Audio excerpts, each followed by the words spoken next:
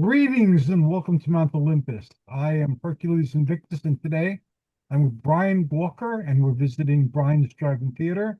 Happy 28th anniversary, Brian. Actually, it's the 28th anniversary, but thank you very much, Hercules. But I said 28th. Oh, I thought you said 20th. No, 28th. These things on my side of my head are just for decoration anymore. They don't work all that Oh, okay. Mine don't either as well as it once did. well. Tonight, I wanted to talk about the anniversary of the drive-in. I also want to talk about some of the background, current site statistics, which I learned some interesting things, in doing research for tonight's podcast. I also wanted to talk about some of my favorite actors and movies within genres that are depicted on my website as well. That is fantastic. I'm looking forward to this episode. I'm a big fan, as everyone knows, of Brian's Drive-In Theater. It seems I found the site shortly after it was posted, and I was afraid that it would disappear, as did many things on the internet in those days. So I used to copy each page, and I had notebooks with the site in case it disappeared. I wouldn't be missing anything. So I'm glad you made it to 28 years. I hope it continues for as long as we're here on the planet, and I'm looking forward to learning more about it. Well, if you ever get really nostalgic for the way it used to look 25 years ago, you can always go to archive.org and then hit the Wayback Machine. Mhm. And you can type in the URL for various and sundry websites. And as long as they were, for the most part, as long as they were existing back then, you can see a snapshot of what it looked like. Now, for my site, it's typically just the index page, but that's fine. And it has changed a lot over the years. Unfortunately, my website skills have not grown as, as much as they might. So I've kept the site purposefully simple. It's easier for me to go in and fix it because I do all my own editing. Um, and it also gives me, I guess, I'm not really a control freak these days. So it might have been at one time, but it gives me complete control, and I know where things are at and such. When it comes to maintaining the website. But you're right. Back then, you'd see a website that you would love, like back in the I want to say like 96, 97, 98, and one day it was just not there anymore. And that happened so often, and just repeatedly with some of the sites that I really liked and would look at. There was one that I loved. Jack Stallmaker had created it. It was called the Meeker Museum. It was named after Ralph Meeker, who was prime. Well, when he was popular in the 50s and 60s, he was primarily a film noir actor. He was the lead in Kiss Me Deadly, if you've ever seen that, which is a great film noir title. Not in a very long while. Okay, I love what happens at the end of it when she opens the box and it's glowing. It's just yeah. I guess that's a spoiler, but uh, like just a terrific. I love film noir anyway, and that's one of the reasons I have a film noir section on my website. Also, a surprising number of film noir titles. These are good movies, are public domain. Interestingly, I guess it had more to do with the studios that made film noir, and they were easier budget wise. Film noir and horror are two of the cheaper genres to shoot. With film noir, it's all done with shadows, so you don't even need a whole lot of set dressing. All you need is a bright light, maybe Venetian blinds and a fan. You can kind of do just about everything in a film noir movie you need with just those three things. And since they're all shot with sort of that Jack Friday, Jack or so should say Sergeant Friday, Jack Webb staccato line delivery that you find in a lot of film noir movies. They were quick to shoot, so you can set them up, get them shot really fast in the can, and go. Uh, it's similar to horror. I mean, you can shoot a horror film pretty quickly as well. But And film noir is still very much alive and well. In fact, they're working on a Spider-Man noir movie or television show. mhm. I love crime dramas anyway, and noir never really went away. We just started calling it something different. And we started shooting them in color as well, which I'm not. I kind of miss something about those old black and white crime dramas. Whenever I am watching one, I'm like, gosh, what would this look like in black and white? I kind of associate, the lack of color with film noir, but they are kind of bleak and depressing movies too. Um, and they're maybe the first film genre where most often none of the characters are very likable. um it's kind of hard to root for to root for a protagonist in a film noir because everybody's shady, everybody's double dealing. Even the people who are set up as the narrators and would be protagonists.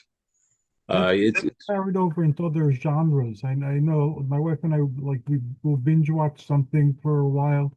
Right now we just finished watching all the old episodes of Spartacus, and now we're watching Spartacus House of Asher. And with a lot of the TV shows that we've been binge watch, one of our most frequent comments is there's nobody here to root for. There's nobody here that's likable. Mhm. And I got to tell you, there's something refreshing about that. um in a horror film or in science fiction, it's always us versus them. It's good Mhm. versus evil. Well, I mean, not all, most of the time anyway. I shouldn't categorically say always. Um, but with film noir, yeah, Sam Spade isn't really any more likable than the thugs that he's dealing with. if you pay careful attention to those movies. One of my favorite noir titles, and I'll go back into the history of the website here in a minute. One of my favorite noir titles is The Maltese Falcon, and that's Warner Brothers movie from 1941. And Warner Brothers did a lot of noir.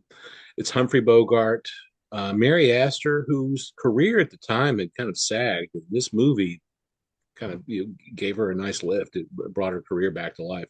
She'd had a scandal with her husband, and there was like a triangle situation in the mid 1930s, and the scandal kind of tanked her career for a while.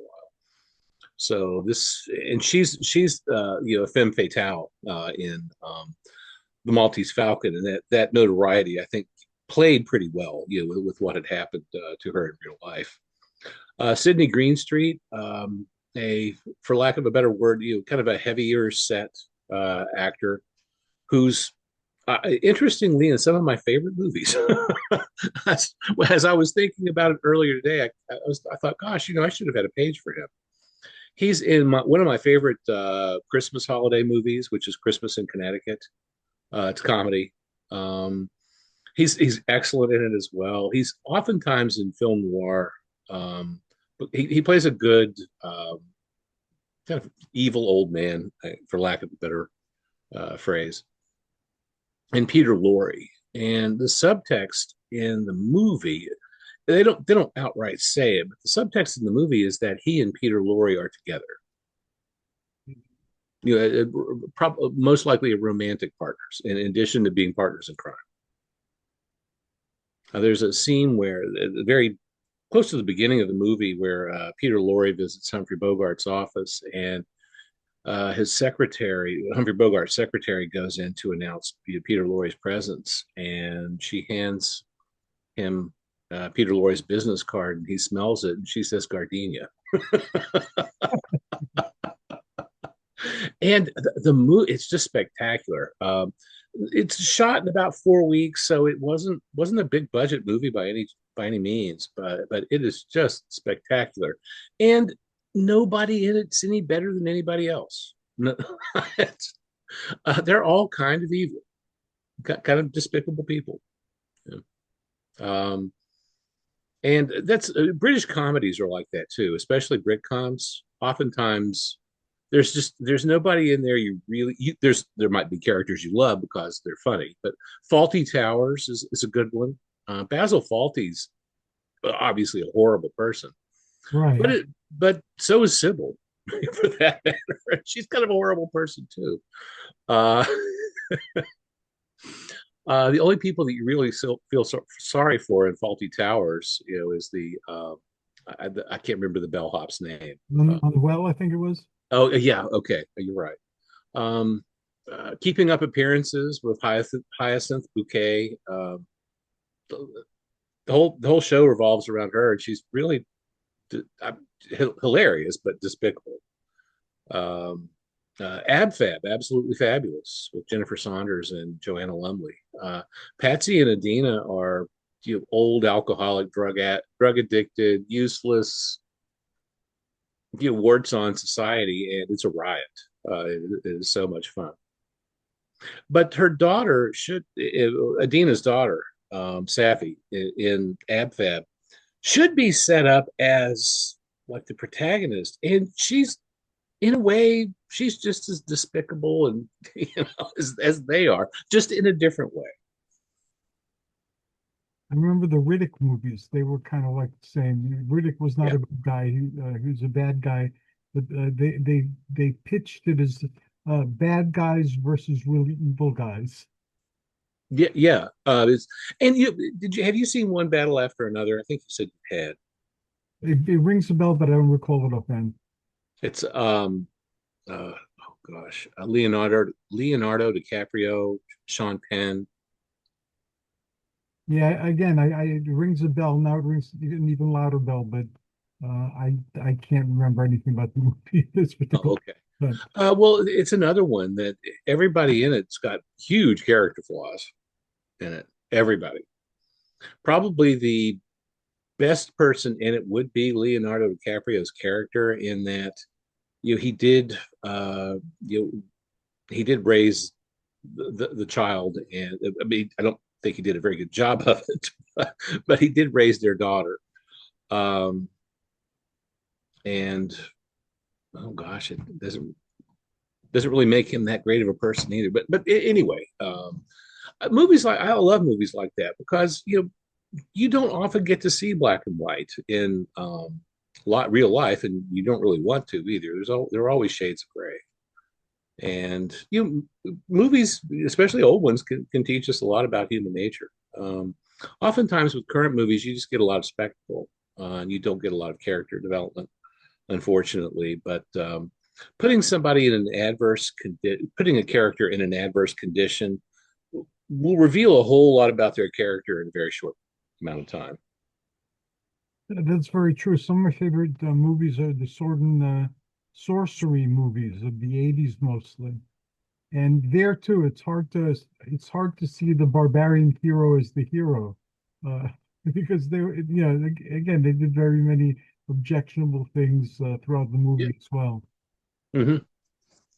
And that's real life. I mean, it's complicated. It can get kind of complicated.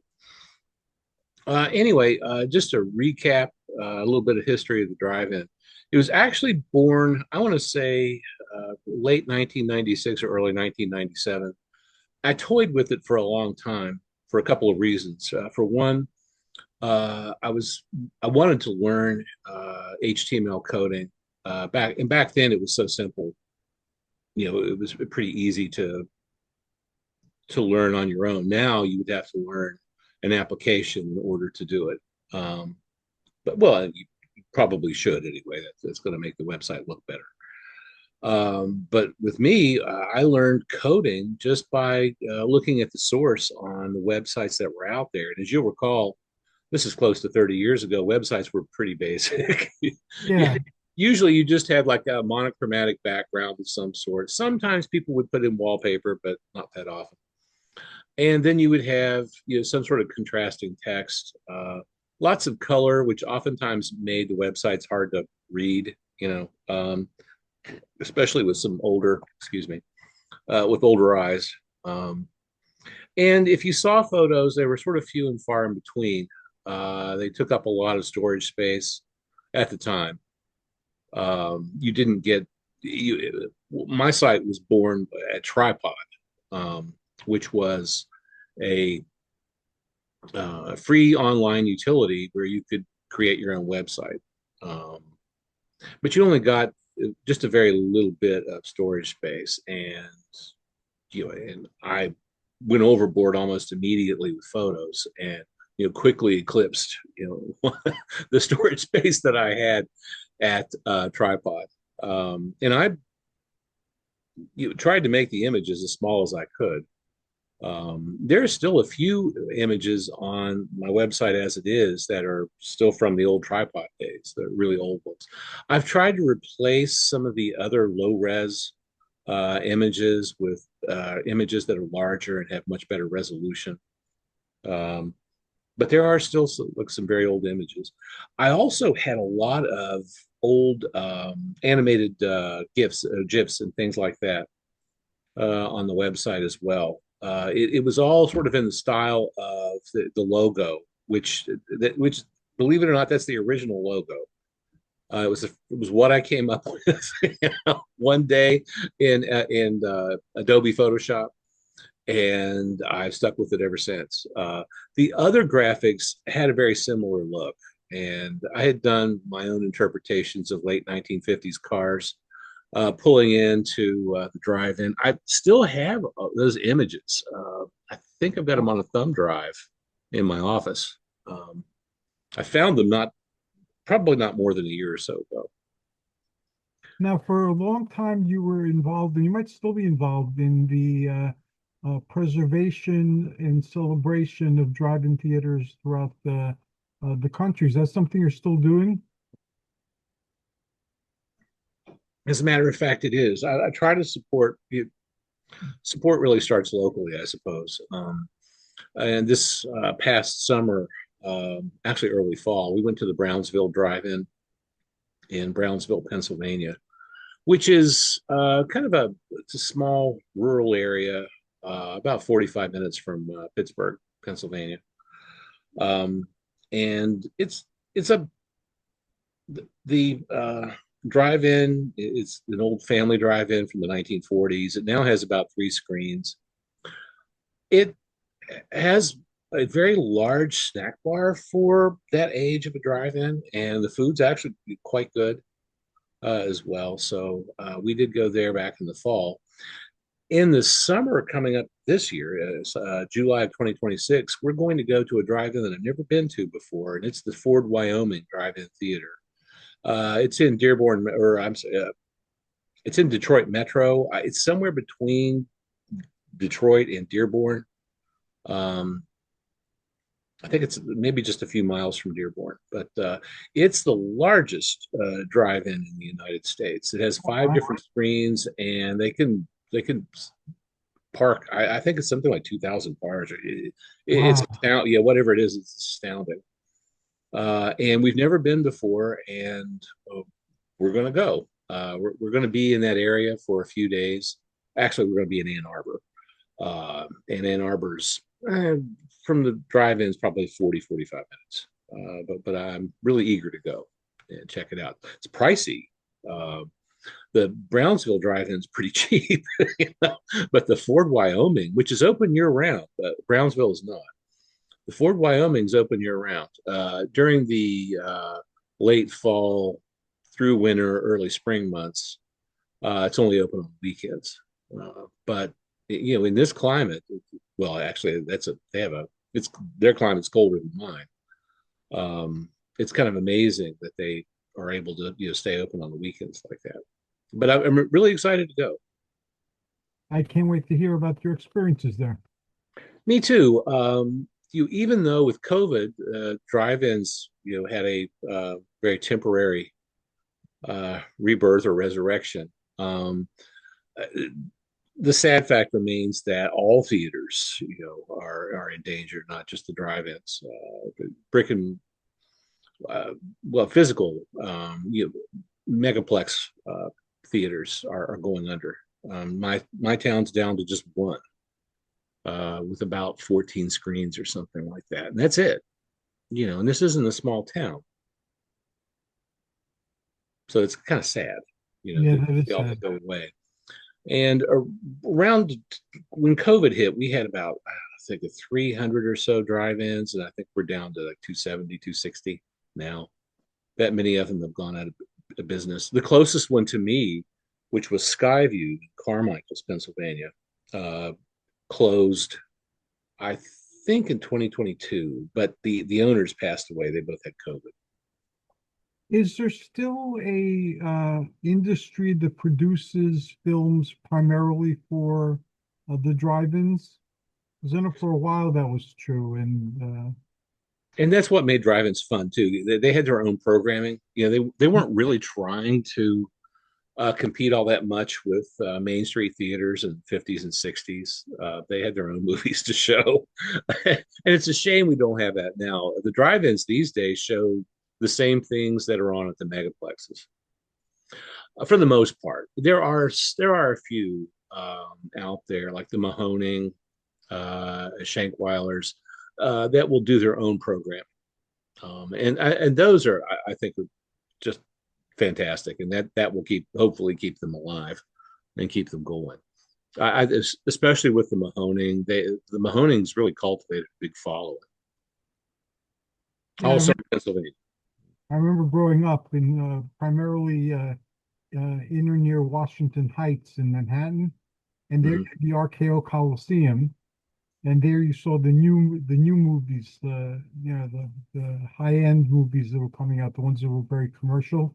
Then we had Mhm. a neighborhood theater that had less high budget movies and um, fringe type of movies. And then there was an adult theater that had like adult films, and I believe it was a Spanish theater that had mostly Spanish films. And there was a wonderful choice of things to watch. So you go watch like a high budget movie one day, next week you watch a couple of low budget gangster movies, the other theater, and so on. You're right. When I was a kid, we had just an old grindhouse or a theater from the 1930s, I want to say, which probably hadn't been cleaned since the 1930s either.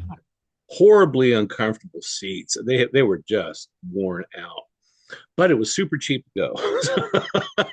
and, and for your whatever it cost to get in there, when I was in high school, I think it was about $1 on some nights, depending on what they were running. And sometimes you got two movies. Yeah. It was a bargain. The concession stand was okay. I guess it was clean enough. Who knows? Uh, but you went there for the cost because it didn't cost anything or much, that is, and you got to see programs there that no other theater in town was going to show. So Right. that. And if you wanted to see something new, chances are you went to the mall, and whatever. I think our mall had something like six or eight movie theaters in it, which I thought was back in when I was in high school. But looking back at it now, it would be small. You know, we had another theater like in town that showed more specialty films. Mhm. I saw sometimes they would run films from the 1930s. I saw Top Hat with Fred Rogers, or wait, not Fred Rogers, Ginger Rogers and Fred Astaire. I knew I was going to get that confused. Fred Rogers would have been fun. Um, Yeah, I was going to say I'm surprised I missed the I think Fred Rogers and these could have had Lady Elaine Fairchild as well. And I saw some Laurel and Hardy movies there, a bunch of the shorts. They had a sort of a film festival when I was a teenager. Um, and we still had a couple of drive-ins that were around. They usually showed horror films. Oftentimes they would have a newer horror film and then one that was a few years old. So yeah, and that kind of choice was nice, especially in the days before home theater and being able to pick what you wanted to watch, and having to do things on somebody else's schedule. I don't think that flies much anymore. Mhm. Everybody wants to have immediate gratification and just push a button and then start the program. Back in the old days, we were conditioned to wait until a specific time in order to see a particular TV show or a particular movie. Or a movie. Not Yeah. sure how that fits in with the Zillennials. Uh, I think they're used to more immediate gratification. And there's no consistency with the number of episodes in the season or how many episodes drop at once. Yeah. Sometimes they'll just drop a whole season. Yeah, And it may be as many as like 10, 12 episodes. Used to be, back in the 50s and 60s, depending on what the show was, a season would be 39 episodes. That's no TV show, like no scripted TV show would do that. They no. would never do that many episodes. You'd be lucky. You're lucky to get like six or eight. And waiting, instead of waiting a year or season for the next season, you have to wait sometimes 2, 3 years before your True. show continues. But in that time period, you learn everything about who's going to be in the new season. They keep you going. They keep you informed as to who's going to be in it, and where it's going to be set, and such. I've noticed that I'm a big White Lotus fan, and season 4 has it's probably already being shot. I know they keep releasing casting information, and I saw that Sandra Bernhard, comedian, is going to be in it. And I thought she was a really good, interesting choice. And Helena Bonham Carter is going to be in it as well. So I'm kind of eager to see White Lotus. I've loved the previous 3 seasons; they've been good. Yeah, we started watching the sequels to Game of Thrones, the House Mm. of Dragons. We saw the first 2 seasons, and I think the third one's coming out sometime in the near future. And then there was a new one that has to do with Duncan Egg from the books. I forget what it's called. But we've been watching that one the first couple episodes. They're both interesting, but they're not Game of Thrones. Game of Thrones was something new and exciting for the first few years. I just talked to a friend today who was a huge Game of Thrones fan. Uh, we didn't talk about that. We were gossiping about something else. But I was talking to her just today, interestingly. One thing that in advance of tonight's show that I did, I just wanted to um, see what AI would say about my website. As it turns out, it didn't say a whole lot because AI turns out garbage in general. I was impressed by a few things about it, though. It did have a lot of the dates right, when the drive-in was created and so forth. So that impressed me a little bit. And I did go to, I have one in here, and I'll have to spell the name, Alexa. I went to that website, which is owned by Amazon. It's part of Amazon, I should say, and looked up some site statistics on the website as well. And I was kind of surprised by it. According to Alexa, I have a global traffic rank of about 348,000. Now that's that means that there's 347,000 and some odd sites ahead of me in terms of traffic. But traffic and engagement's been kind of interesting. Uh, there are about 62,000 visits a month. Oh, wow. And I was surprised by that. I haven't looked at the company that houses my website on its particular servers. I haven't. They have some utilities whereby you can look at your statistics. I just haven't done it, and I'm not really sure how much I would trust it anyway. Because, well, anyway, 62,000 I thought was kind of impressive. I guess it explains why my server fees are so high. It's just one of the things I'm a little disappointed with in the company that hosts my website. I mean, every year it goes up. I mean, it's at least $100 a year, if not more. And I don't know why, because the site's not getting any bigger. But it does have quite a bit of engagement. The social media engagement, not so much. That's my fault. I've never quite been able to figure out how to wrap my head or really wrap my head around it. I can't really wrap my website around Instagram or TikTok the way I would like to, because I would probably get flagged for copyright infringement. Even though you're using something public domain, it's all AI and it's stupid and it doesn't know what it's doing. So and I think that's happened to you before, Yeah, with me. one of them with you, yes, you showed a picture of a UFO that Hmm. public domain and you checked it, I remember, and they still copyright struck it and I had to take the video off the air. Yeah, and it's such a pain, and I wouldn't want to fight that, with TikTok or Insta. So I'm just over here on Facebook, where so far it seems to be all right. And it's never my intention to violate anybody's copyright. Um, Right. and I try to use public domain images at all times.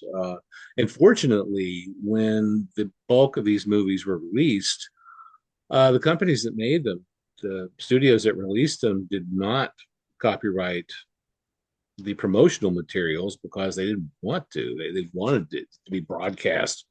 They wanted these images to be published in newspapers and magazines and such. So that was the reason they didn't put a copyright on everything.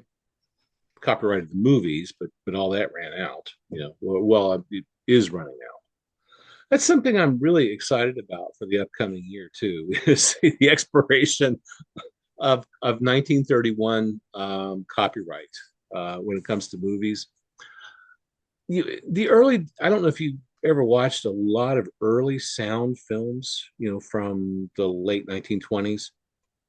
The uh, If you do any research on it, the microphones and the recording equipment and such were so cumbersome that it made a lot of those early films very stationary in terms of setting. Hmm. You couldn't move very far away from the microphone or else you wouldn't be heard. You couldn't be dubbed at the time because they didn't have that capability. So those takes had to be, right on the money, and it made everybody just sort of stand in one place in a movie. And oftentimes they were kind of shot as plays had been as well because of the sound That as makes well. sense. Well, but the technology evolved really quickly, and even by like the bigger studios especially. So by the early 1930s, sound technology had improved drastically. Um, and Universal, for example, restored a lot of their early 1930s, um, the bigger early 1930s films, such as Dracula and Frankenstein. And if you go back and listen to those, they sound amazing, especially for a recording that's almost 100 years old. Wow. So it improved a lot. So over the next few years, there are going to be some terrific public domain films out there. And there already are. Really. There's some great horror films that are public domain. A lot of film noir titles, a lot of really good movies that are public, and a lot of westerns as well, depending on how you feel about westerns. I like certain westerns. And as things become public domain, there's a lot of new movies that aren't that great coming out. I saw several Popeye horror films already. I, I don't know how I feel. That's kind of the downside to something going public Yeah, domain, I suppose. I think with me, it's okay if it's done well, but the problem is that it's probably not going to be done very well. It's always a matter of quality. that's very true. Mm. But in going through the different facets of the drive-in, or I should say the different screens or different sections of the drive-in, I've got some definitive favorites. And just going in alphabetical order, I don't know how many beach party movies you ever watched, which was a brief, I want to say like a 3 year or so genre that was really started and ended by American International Pictures. Some of my favorite actors in those movies, and these are in no particular order, Annette Funicello, always fun to watch, very earnest, just something so eminently likable about her. I can't really explain. I'm a big Tommy Kirk fan. I think he was an excellent child actor, and his transition to adult roles didn't perhaps go the way he would like for it to have gone. But he was in a couple of really fun beach party movies. He's in Pajama Party, which is an American International movie, and he's in The Ghost in the Invisible Bikini, which is the last American International beach party movie. And he's in It's a Bikini World, which technically is probably my favorite beach party movie. Uh, so I certainly couldn't leave out Tommy Kirk. Um, he was in some other. He's in Catalina Caper, which is not a beach party movie, but it might as well be. It's so close to. Um, it really plugs into the genre pretty well. And I should say I got to know Aaron Kincaid not too long before he passed away in 2011. And I love the beach party movies that he's in. Ski Party is a lot of fun. He's in The Ghost in the Invisible Bikini, and he's in Beach Ball and The Girls on the Beach. There for a couple of years, he got an incredible amount of fan mail. In the mid 1960s, he was very popular for a certain period of time, and he stepped away from it and did his own thing for the rest of his life. So good on it, for that. Uh, when it comes to comedies, I never did grow the comedy section as much as I wanted to. There were a lot of B movie comedies that people tend to forget about. Now, my favorite actors in those, I like Patsy Kelly a lot, and her career was off and on was pretty spectacular. She started out very young in the early 1930s in Hal Roach shorts. She was in a comedy team with Thelma Todd, who is unfortunately best remembered now for being murdered in the mid 1930s. As her career was going pretty well. She had some mob connections, and I always wondered if that didn't have something to do with her untimely death. Um, but the comedy team of Thelma Todd and Patsy Kelly, they were hilarious. They were very much like Laurel and Hardy in the sense that the two characters lived together, and sometimes the strife between them was the motivation for the scene. And again, you had a comedy team with the two of them who were very good at what they were doing and were able to wring laughs out of some maybe sometimes kind of tired yeah plot contrivances and such, but so much fun to watch. And Patsy Kelly went on to uh, a whole career of doing drama, comedy.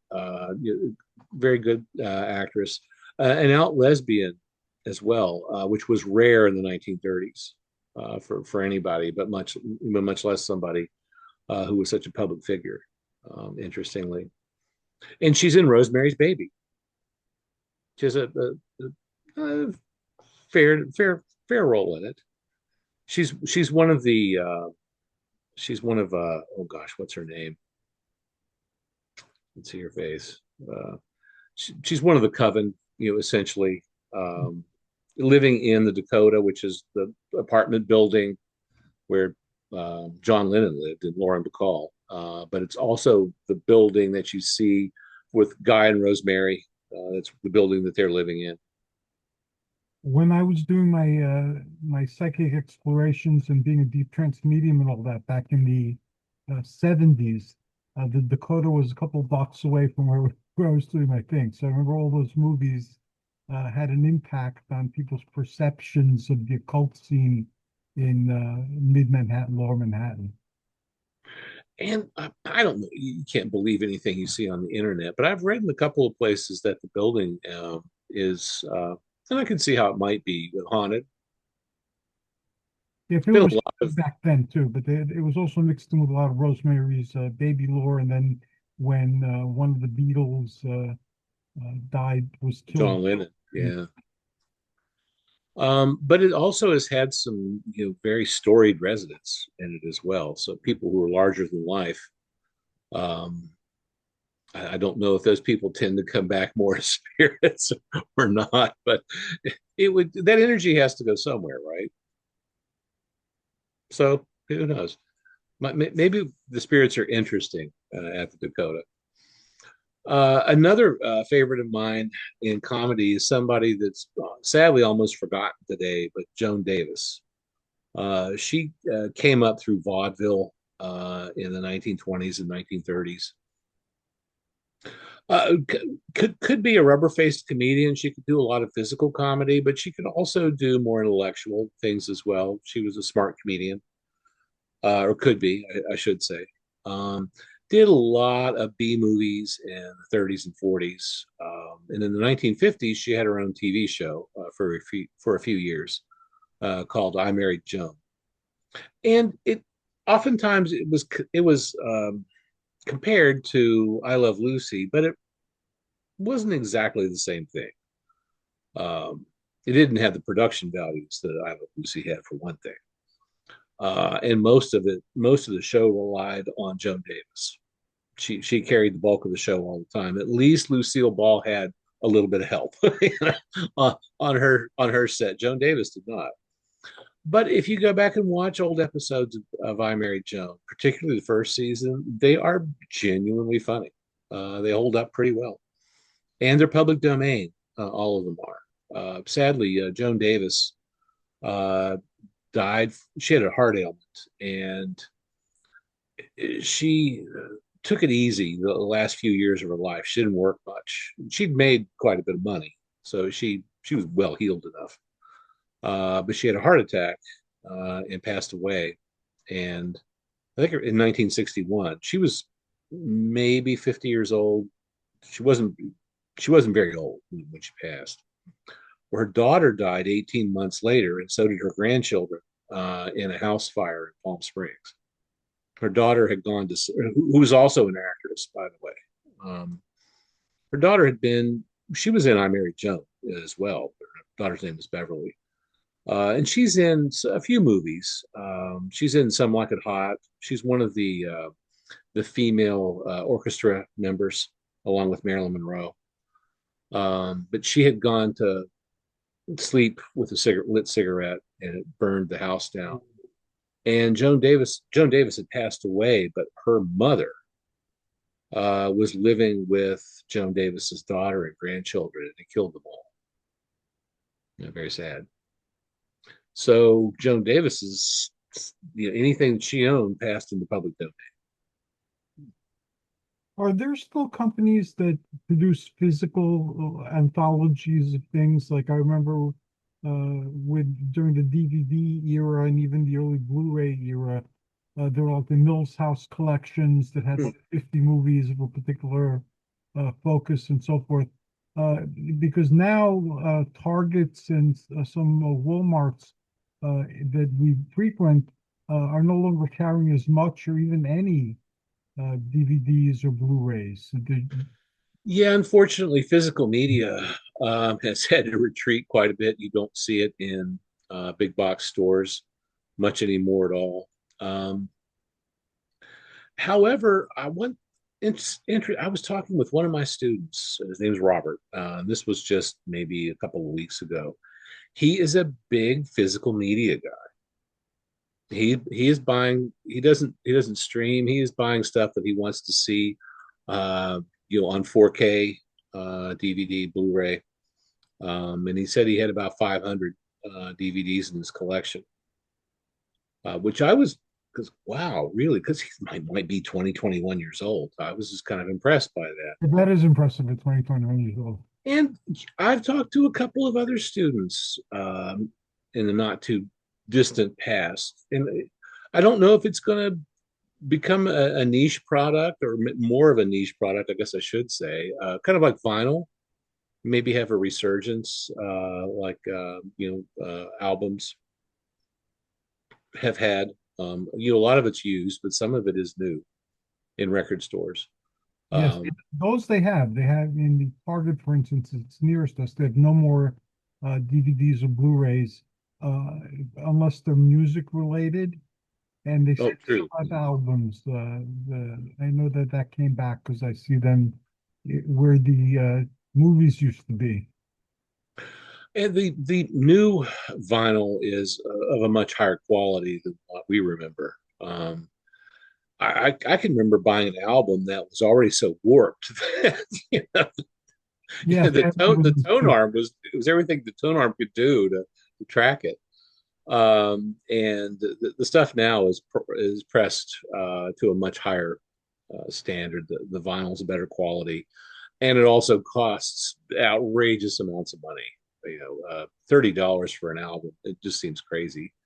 But I know people who pay it. The DVDs also that I see in the Walmarts and the Targets and elsewhere where you still find them, they seem to be not as inexpensive as they were when they were more plentiful. Here, in this town, if you want to go to a retail establishment that sells new stuff, Barnes and Noble probably has the best selection of DVDs here. And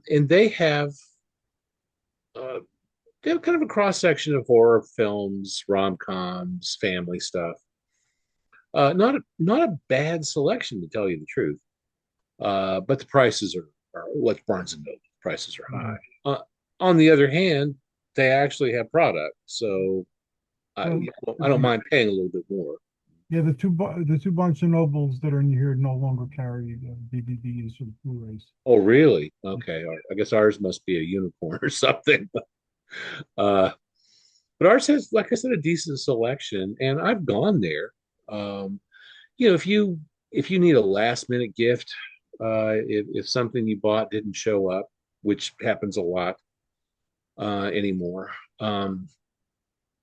we've had a lot of trouble with getting things shipped over the last year or so. I mean, Yeah. and it's not any one supply. It's not any one shipper. It seems to be all of them. I've had trouble with United States Postal Service. I've had trouble with UPS and FedEx last year. It was a debacle. Um, so sometimes you just like to be able to run out, buy a DVD, bring Yes, it. exactly. Bring it in hand. I used to Yeah. have seasons of things. Like I had most of the CW superhero shows. I'm missing maybe Mhm. 4 or 5 seasons altogether with all of them. And again, they used to be pretty available for like 10, $15. Now occasionally you can find them for 10, $15, but rarely. And some of them have gotten like $40 for the season, $45. So I'm not going to spring that. I'll wait till I find some 15, $20. Um, Occasionally you'll find some DVDs in discount stores as well, like Dollar General Hmm. stores. The one that I go to in Maryland still has a DVD selection, and it's a combination of stuff that was popular 20 years ago and something they made too many copies of. That seems to be what they have. Um, Going through the website, I thought we would talk about Peplum movies since that's sort of the cornerstone of my website. And the first fully fleshed out section of the website was The Many Faces of Hercules. Um, I tried to go through and pull out uh, a few actors who were my favorites, and I did, and then it didn't make any sense. But I'll go ahead and toss the names out. Gordon Mitchell, who gave me so much information uh, about the Peplum films, and I was just astounded at the number of movies that he had been in. And his filmography is a sight to see. I mean, it is just huge. Um, and one the thing I like most about his performances, and I've seen a lot of his movies, is that no matter if he's the protagonist, he might be the antagonist, which he actually seemed to like doing. Um, he always seems to be having a good time in his movies. Alan Steele is sort of the same way. He just seems to be Yes. happy to be there. You know, excited to get this picture made. So there's that. Steve Reeves, obviously.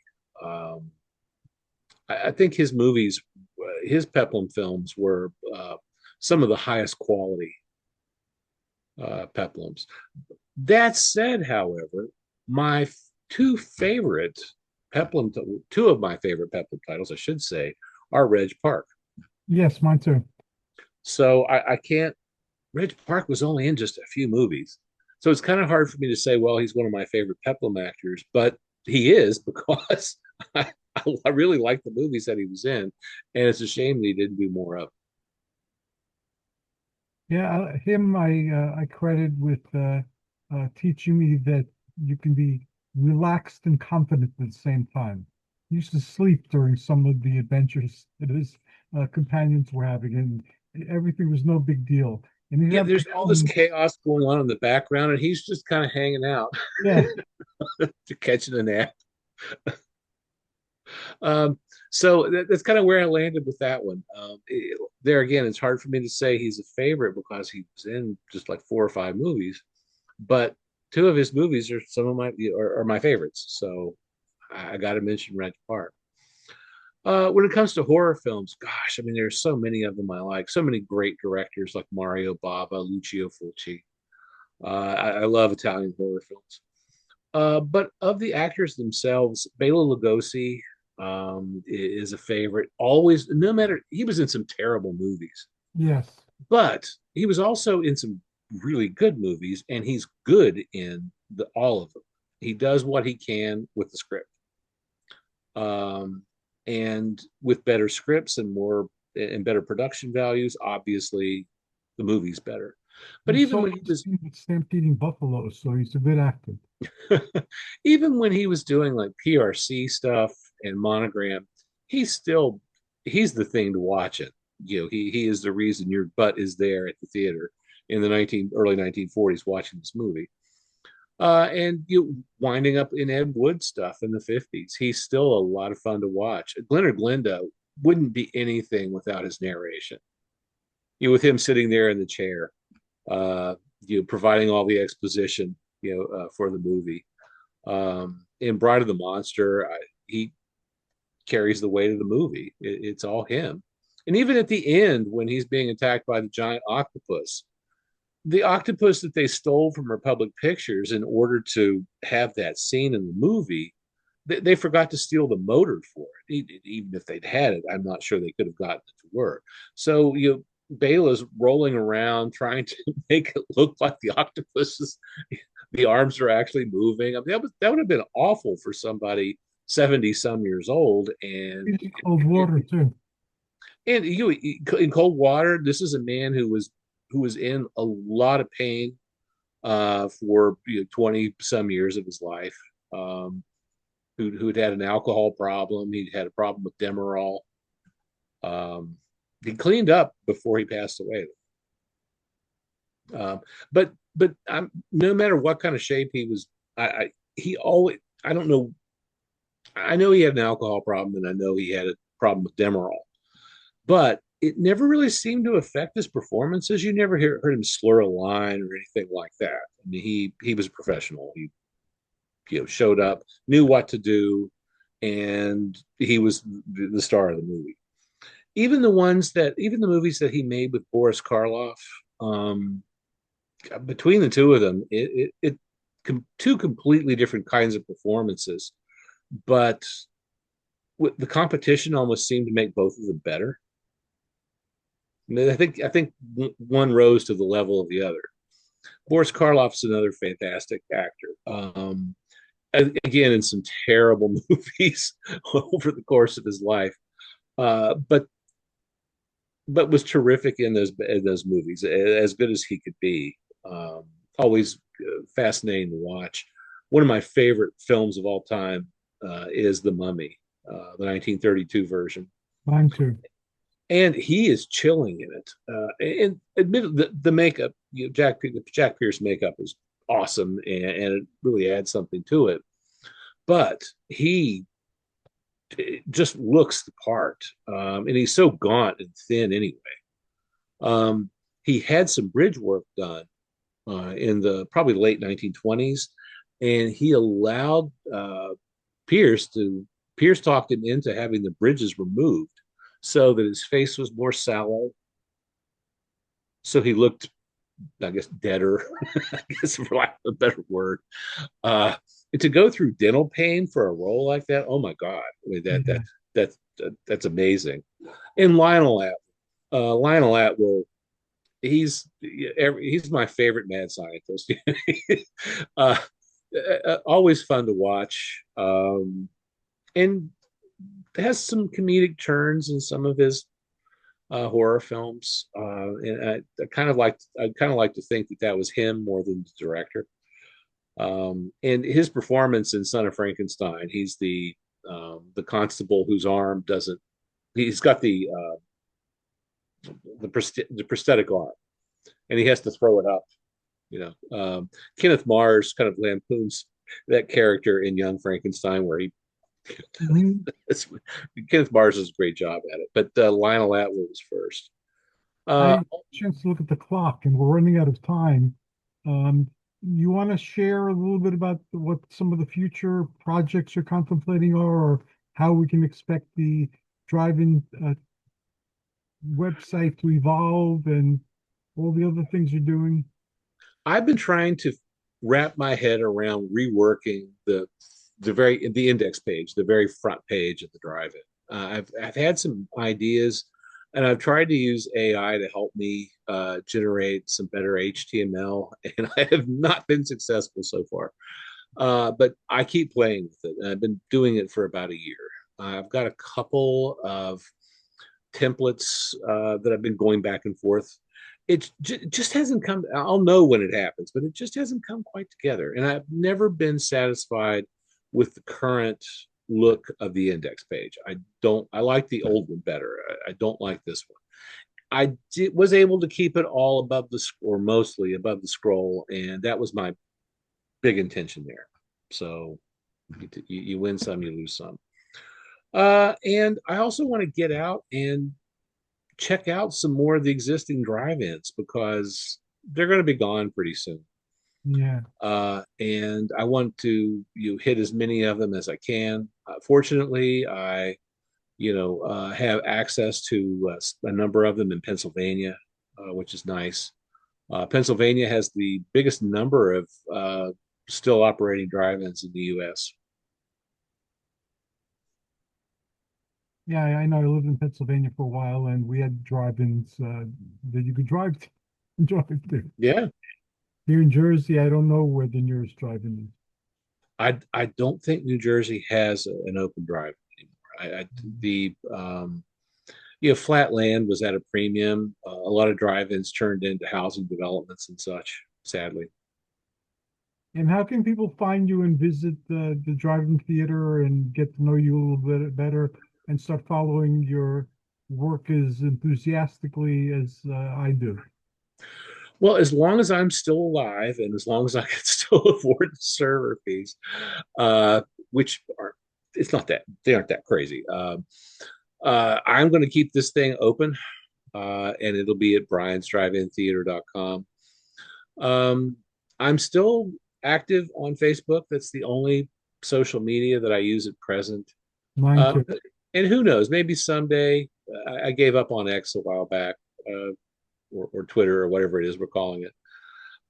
Maybe someday I'll be able to figure out how to avoid the algorithm and being able to create some posts for something like Instagram and or TikTok. But until then, I'm just staying with Facebook. As am I. So I'm glad that you'll be there too. Thank you so very much, Brian. You're an awesome individual. I'm happy for the decade plus that we've been communicating.